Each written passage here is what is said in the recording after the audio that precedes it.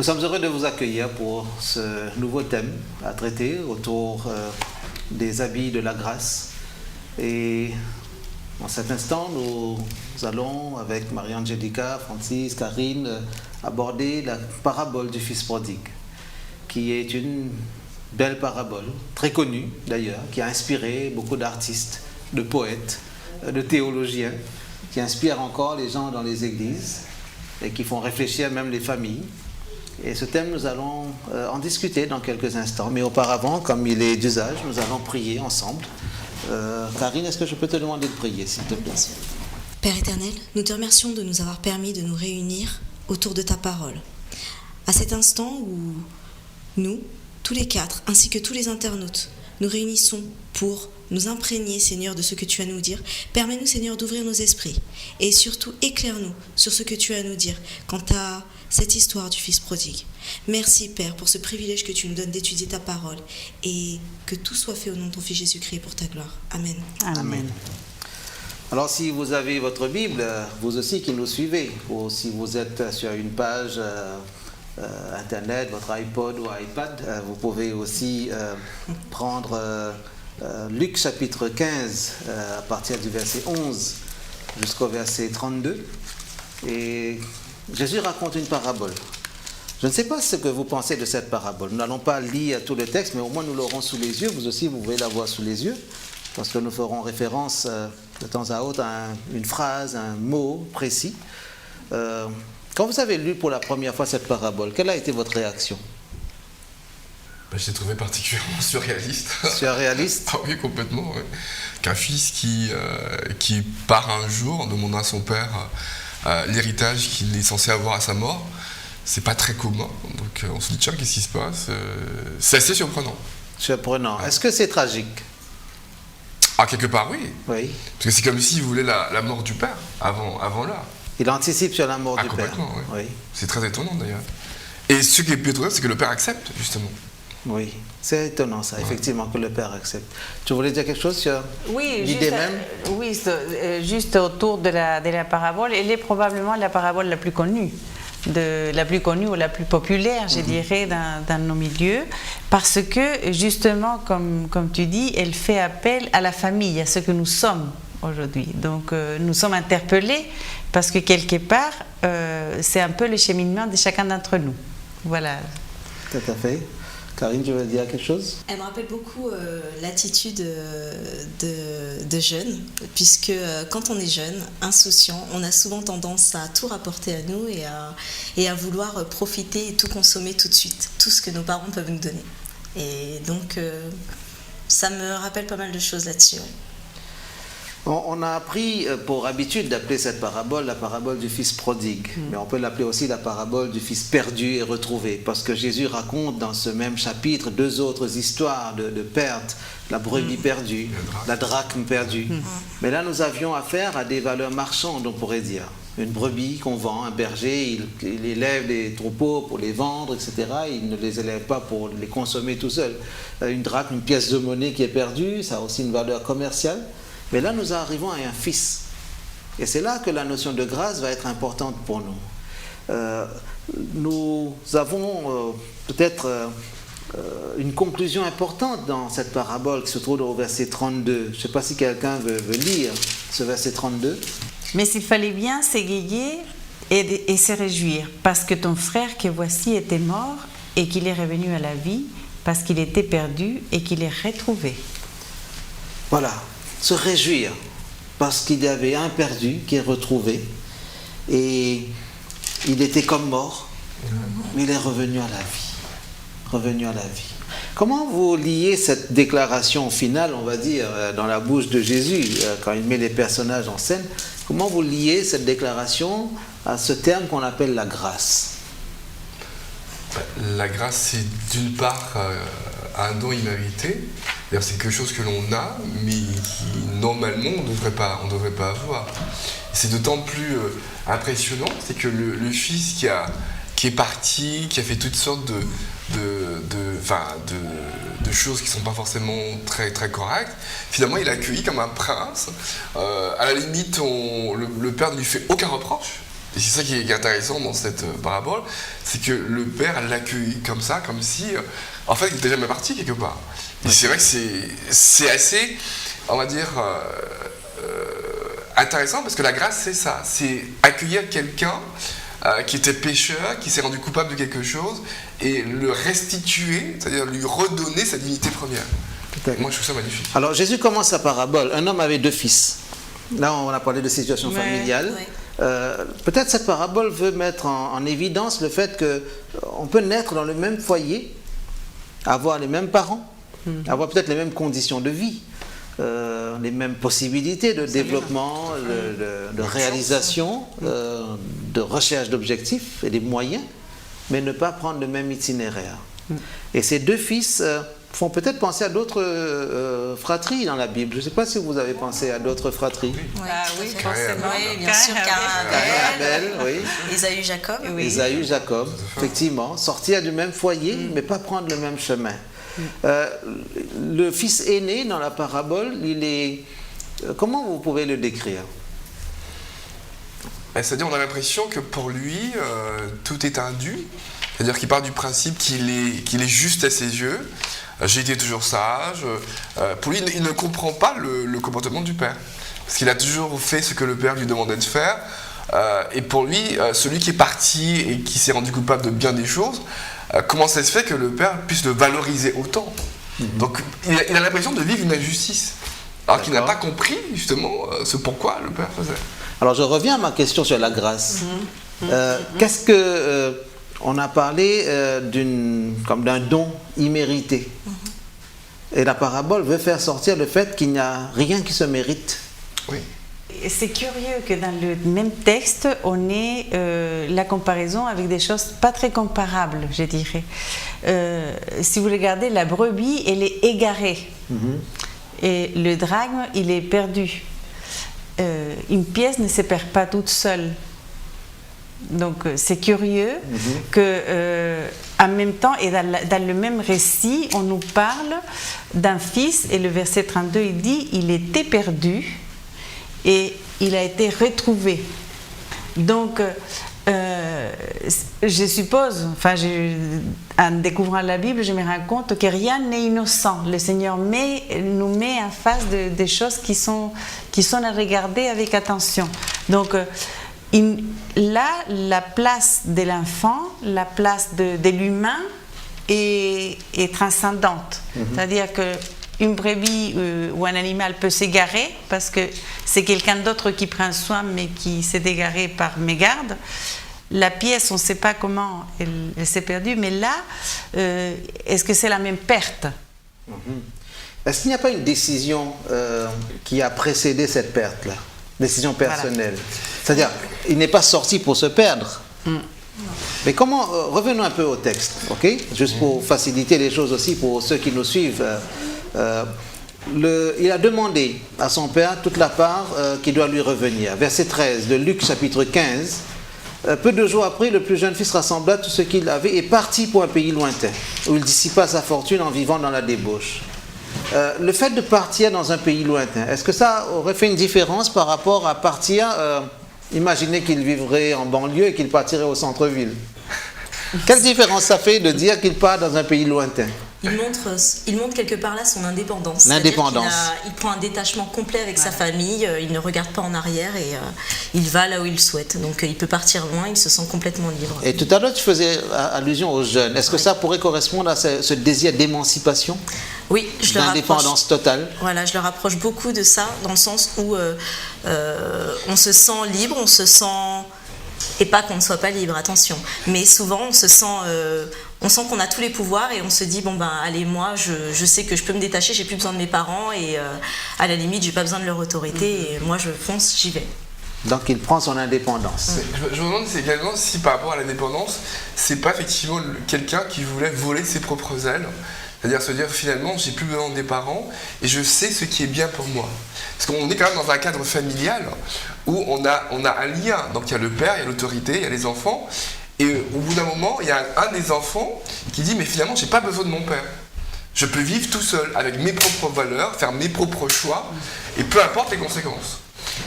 Et alors dans ce cas, cette liberté qu'il a cherchée, Sur quoi faisait-il reposer cette liberté?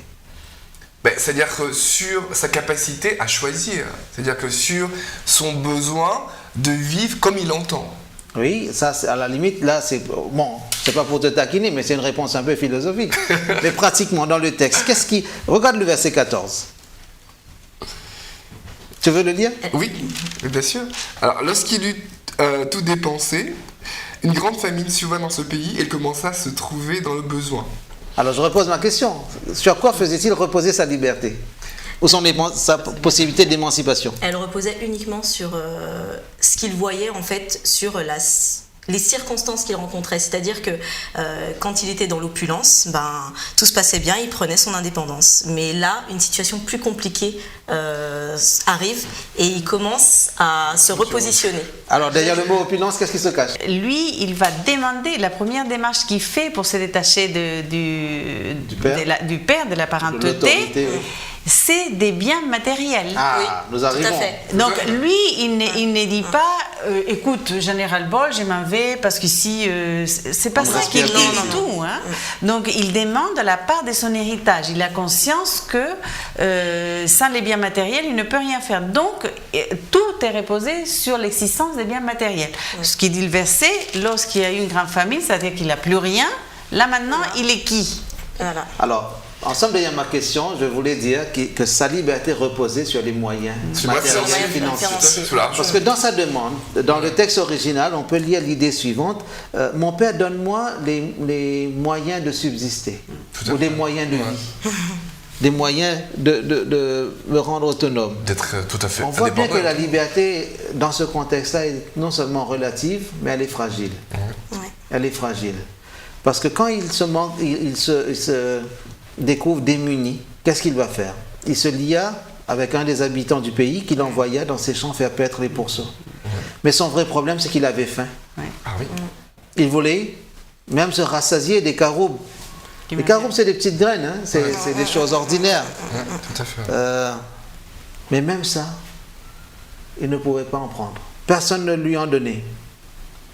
Je devine que, c'est pour rire que je dis ça, que même les cochons l'empêchaient d'en prendre un peu. Ah, c'est vrai. Ah, peut-être, ils avaient aussi faim les cochons. C'est possible. Alors, toujours avec cette notion de grâce, peut-être Jésus veut dire que Dieu, qui pourrait être représenté par ce Père ici, laisse les hommes libres. Au départ, il donne une condition égale par rapport à la foi, par rapport à la capacité de croire, de reposer sa foi sur les promesses bibliques, sur les promesses divines, d'accepter la révélation. Nous sommes tous libres de croire ou de ne pas croire en Dieu. Et même ceux qui ont commencé à croire doivent rester libres dans leur esprit pour que la foi ne soit jamais une contrainte. Si la foi est contrainte, elle n'est plus foi. Elle est une forme d'esclavage spirituel. Et ça, ce n'est pas le projet de Dieu. Mais je voulais aussi peut-être ajouter le fait que finalement il a compris quelque chose quand il a commencé à manquer d'argent et de subsistance. C'est-à-dire finalement, c'est dans notre besoin qu'on se tourne vers la foi. Et c'est un peu paradoxal. Oui. C'est comme par exemple Samson qui était toujours en harmonie avec Dieu mais qui n'avait pas la foi. Et à partir du moment où il est devenu aveugle, il a commencé à avoir la foi. Est-ce que tu voudrais dire par là que pour des raisons matérielles, les hommes parfois pourraient se mettre à croire? Pas exactement, parce qu'on est dans une société sécularisée où on a l'impression que l'argent est roi. Donc tant qu'on a l'argent, on a l'impression qu'on a tout, alors qu'en fait, il suffit que l'argent disparaisse pour se rendre compte que finalement on n'est rien. On est totalement démunis. Et je pense que c'est un peu ça que Dieu veut nous faire comprendre. C'est qu'on a besoin de lui indépendamment de l'argent qu'on peut avoir. Donc il a mis quelque part en nous un besoin de Dieu, un besoin de spiritualité, un besoin d'une relation. D'ailleurs que la relation a été brisée avec le Père.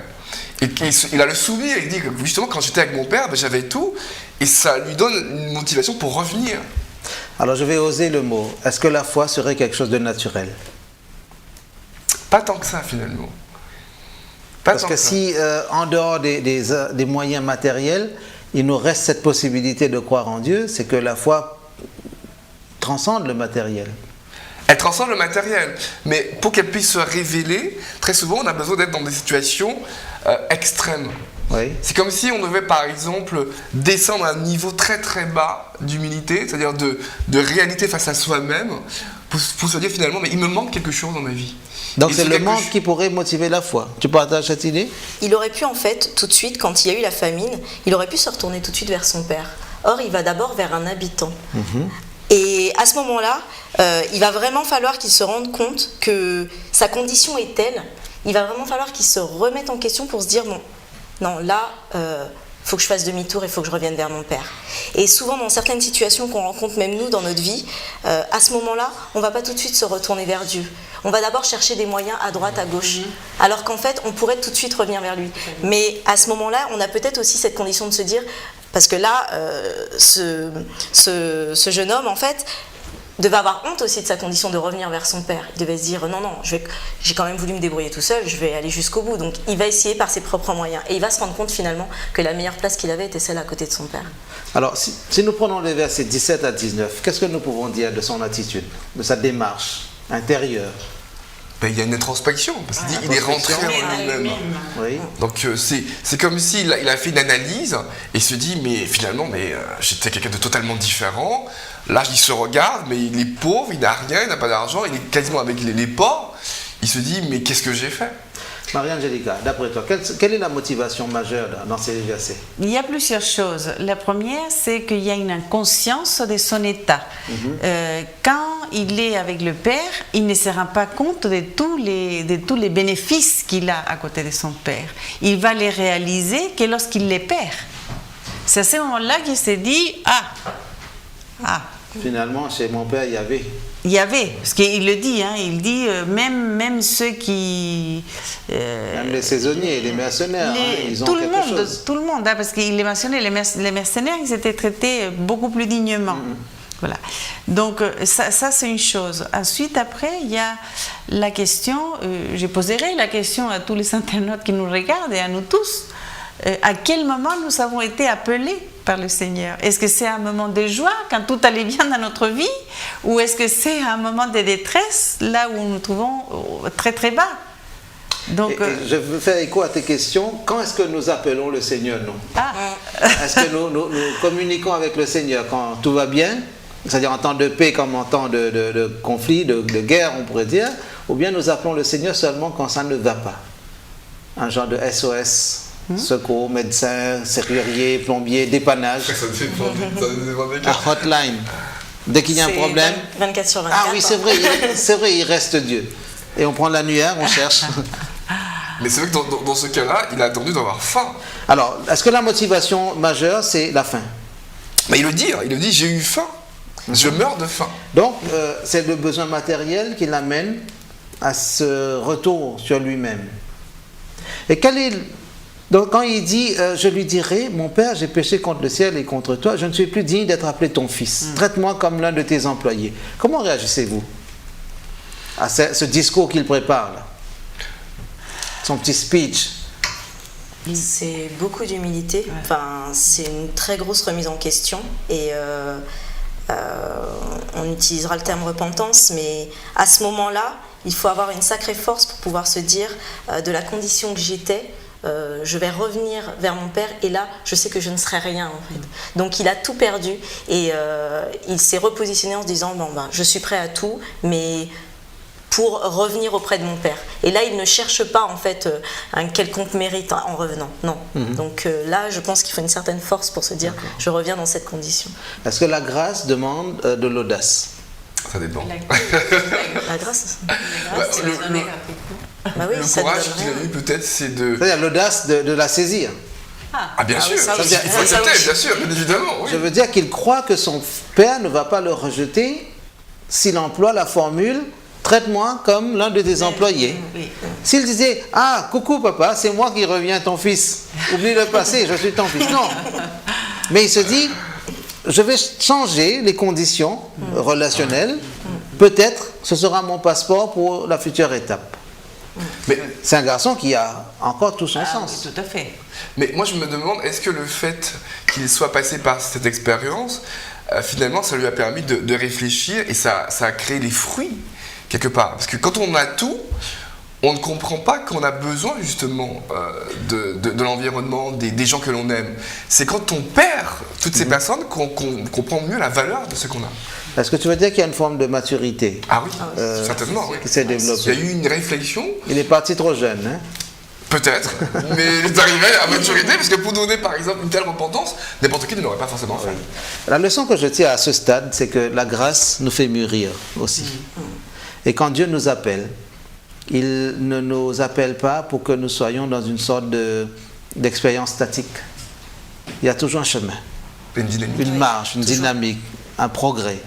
Alors, nous avançons avec lui. Hein, il va vers son Père, il commence son speech, mais qu'est-ce que le Père fait? Verset 20. On se demande même si le Père l'a écouté. Tout de suite, il a été vers lui, il a été dans l'action, le Père. Il n'a pas été dans la discussion, dans l'échange. Il a agi comment, le Père? Il lui a tendu les bras. Ben, comme un père Comme un réfléchi. père. Tout simplement. Ça, c'est la plus belle image. Le Père Ouais. est resté toujours le Père Ah, de le ce Père. garçon. Il n'a pas Exactement. changé en fait. Et je crois que Jésus voulait dire, voilà comment Dieu est pour nous. Dieu reste le créateur des hommes. Il ne nous renie pas. Il est toujours le Père aimant. Il nous suffit de nous tourner vers lui. Et on n'a pas besoin de subterfuges, d'astuces, de stratégies relationnelles pour nous faire accepter par Dieu. Je vois que la grâce me fait comprendre que je n'ai pas à présenter un mérite quelconque. Je dois juste aller vers Dieu.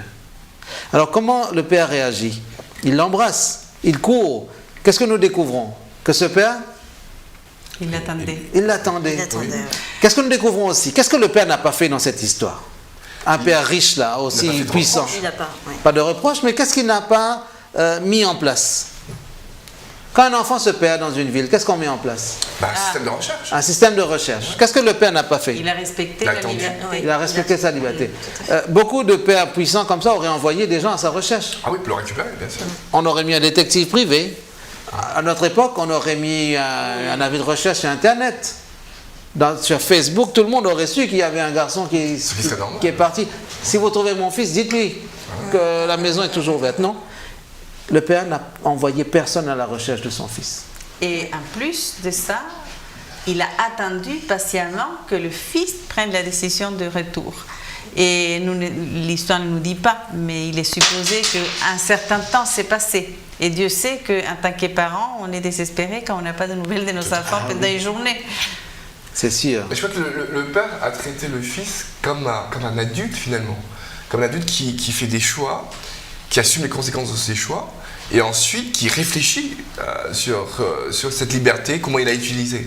Et le père a été totalement comme le Christ est avec nous, c'est-à-dire qu'il nous laisse totalement libres de venir ou de ne pas venir, d'aller ou de ne pas aller. Et moi je trouve ça magnifique, le père n'a exercé aucune pression. Aucune pression. Et ça, c'est la grâce. Et le point d'orgue de cette histoire, regardez ce qu'il est dit au verset 22, même jusqu'au verset 23, 24. Je ne sais pas si quelqu'un veut lire. Mais le Père dit à ses serviteurs, apportez vite la plus belle robe et revêtez-le. Mettez-lui un anneau au doigt et des souliers aux pieds. Amenez le veau gras et tuez-le. Mangeons et réjouissons-nous, car mon fils, que voici, était mort et il est revenu à la vie. Il était perdu et il est retrouvé. Et ils commencèrent à se réjouir. Je découvre que le Père, même s'il a donné la moitié de sa fortune, est toujours resté riche. Il n'a pas perdu ses moyens. Dieu est comme cela. Ce n'est pas parce qu'il donne la grâce et que certaines personnes ne l'acceptent pas que Dieu s'appauvrit. Dieu reste toujours riche de sa grâce. Dieu reste toujours riche de son amour, de sa capacité à accueillir, à sauver. Ce Père, c'est le Père prodige, le Père prodigieux. C'est plus l'histoire du Fils prodigue. Oui. C'est l'histoire du Père prodige. Du Père prodigieux qui a des moyens illimités. Comme si ce veau gras-là, il était dans les champs à attendre une bonne raison de faire la fête. Est-ce que vous pensez que Dieu se réjouit quand il nous voit nous tourner vers lui? Ça, c'est sûr. Lui et tous ses anges. À travers cette parabole, je devine que on doit faire la fête au ciel. Hein? Ben, c'est un peu une fête de voir qu'il y a un pécheur qui se repent, alors que d'autres n'ont pas forcément besoin de repentance. Parce que quand il sort le veau gras, c'est vrai qu'à l'époque, je suppose que ça a dû être assez impressionnant. C'est-à-dire que quelqu'un qui arrive, on dirait qu'il est bien accueilli, il est bien reçu, donc c'est vraiment... On donne le meilleur. On donne le meilleur de soi. Alors, les objets, la plus belle robe, la bague, les sandales, qu'est-ce que cela veut dire? Qu'est-ce qu'il est en train de donner là? La robe, elle représente en fait la justice, donc la justice de Jésus. La bague qui représenterait une alliance. Et les sandales, alors, qui représenteraient le zèle en fait. Et ce sont des symboles forts que le Père donne au Fils à ce moment-là. Tout à fait. Qu'est-ce qu'on peut dire encore à travers ces objets? Il réitère son estime, son amour pour son fils et la place qu'il avait toujours occupée. Tout à fait. C'est-à-dire que sa place n'a pas changé. Qu'est-ce qu'il est en train de dire à ce garçon? Il le rétablit. Il le réintègre. Ne me demande pas de te considérer comme un employé. Tu n'as jamais cessé d'être mon fils. Tout à fait. Ouais. Mais comme tu es habillé là, mon fils d'habitude il ne s'habille pas comme ça. Alors, généralement. Et je sais que dans ta garde-robe, parce que tu n'as pas vidé tous tes placards, ben, il y a aussi ce vêtement-là. Ouais. Tu es toujours mon fils. Ne me dis pas ces choses qui relèvent d'une stratégie relationnelle. Dieu nous donne ce qu'il a de meilleur lorsque nous nous tournons vers lui. Et cet habit de grâce, cet habit, on pourrait dire gracieux, c'est lié à la justice, à la bonté de Dieu.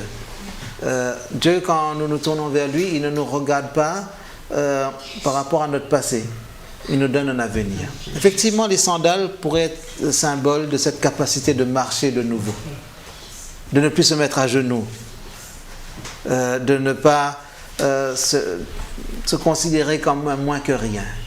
Le péché avilit l'homme. Il le détruit. Le péché le met par terre. Le péché l'amène à ramper, à croire qu'il ne vaut rien.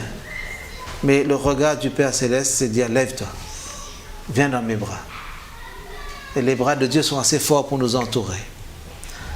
J'aime cette parabole parce qu'elle me donne du courage et de l'espérance. J'aime cette parabole parce qu'elle me dit que, quel que soit mon passé, Dieu est prêt à me donner un avenir. Je ne sais pas ce que tu en penses, Karine. On a la parabole donc de la brebis et de la drachme, et la différence qu'il y a avec celle-ci, c'est que la brebis et la drachme, on voit que on va les chercher en fait.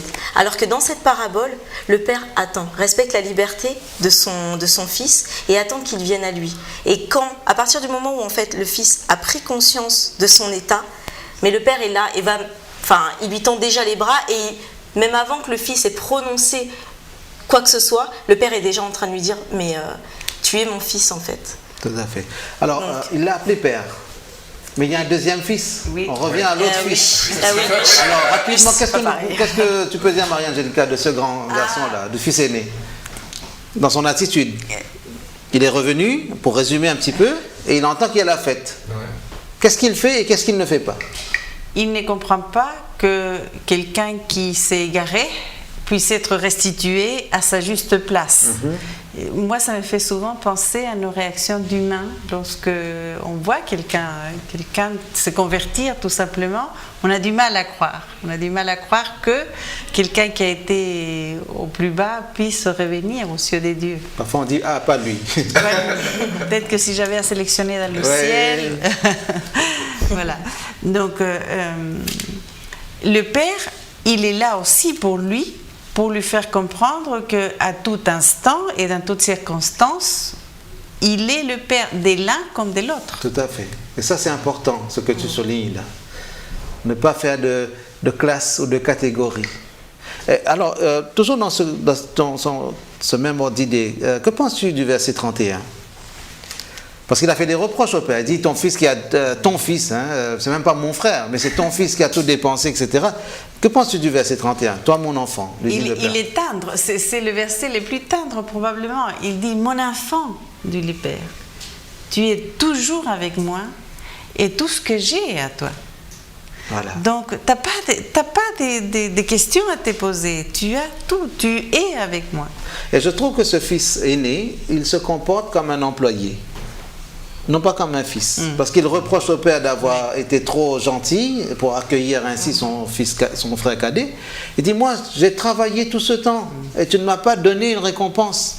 Ça, c'est un langage d'employé. Ah oui, comme une promotion. Je n'ai pas dit de syndicaliste. Ah ouais, bien sûr. Mais voilà, il n'y a pas de promotion, il n'y a pas de récompense, il n'y a pas de bonus, il n'y a pas de prime de fin d'année, il n'y a pas de prime d'intéressement, je ne sais pas, ou de profit, etc., pour que toute l'entreprise en bénéficie. Non.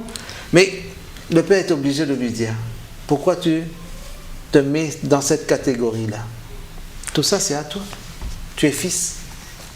Il n'y a pas de rapport, mais quelque part, moi, ça me fait penser un peu à Jacob. Parce que Jacob ne comprend son engagement et sa relation avec Dieu que lorsqu'il lutte avec Dieu. Et là, le deuxième fils lutte avec le père parce qu'il est dans un rôle que lui, il s'est octroyé, mais que ce n'est pas la vision du père par rapport au rôle. Donc, de la même manière qu'au moment où Jacob lutte avec l'ange, le Seigneur va le marquer physiquement et va le marquer en passant toute une nuit à lutter. Et il donnera un nouveau nom aussi. Et lui changera le nom pour marquer qu'il y a un changement qui va s'opérer, une transformation. Nous devons arriver à une conclusion, pas parce que la parabole se termine, mais parce qu'il y a d'autres sujets aussi à traiter. Mais qu'est-ce qu'on pourrait dire pour conclure un peu, un dernier mot chacun? Moi, je crois que le fils qui est en colère est plus sur l'idée du mérite. Pour lui, le fils qui est parti ne devrait pas avoir tous ces honneurs et toute cette gloire. Or, le père lui dit que c'est pas le fait qu'il soit parti ou pas, c'est le fait qu'il soit revenu.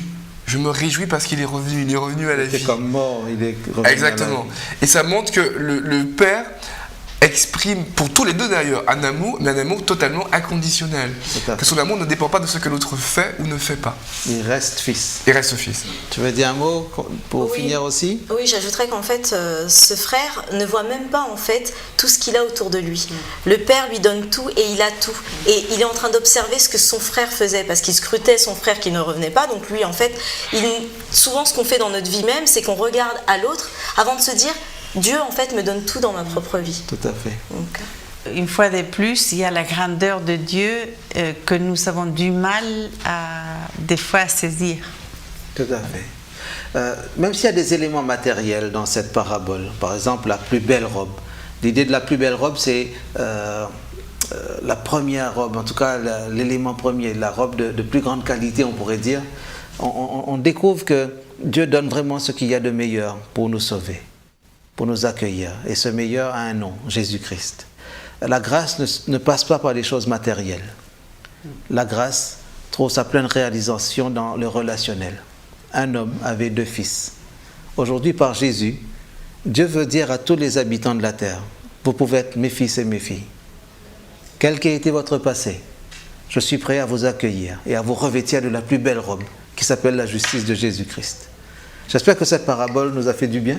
J'espère qu'elle vous a fait du bien. Poursuivez son étude, sa lecture et partagez autour de vous. C'est une bonne nouvelle de savoir que Dieu est prêt à courir pour nous devancer lorsque nous venons vers lui et que Dieu ne perd pas de sa force. Malgré les siècles, Dieu reste toujours, j'ai envie de dire, jeune, fort, dynamique. C'est le meilleur sprinter pour nous apporter du réconfort. Poursuivez votre étude et que Dieu vous bénisse. Amen. Amen.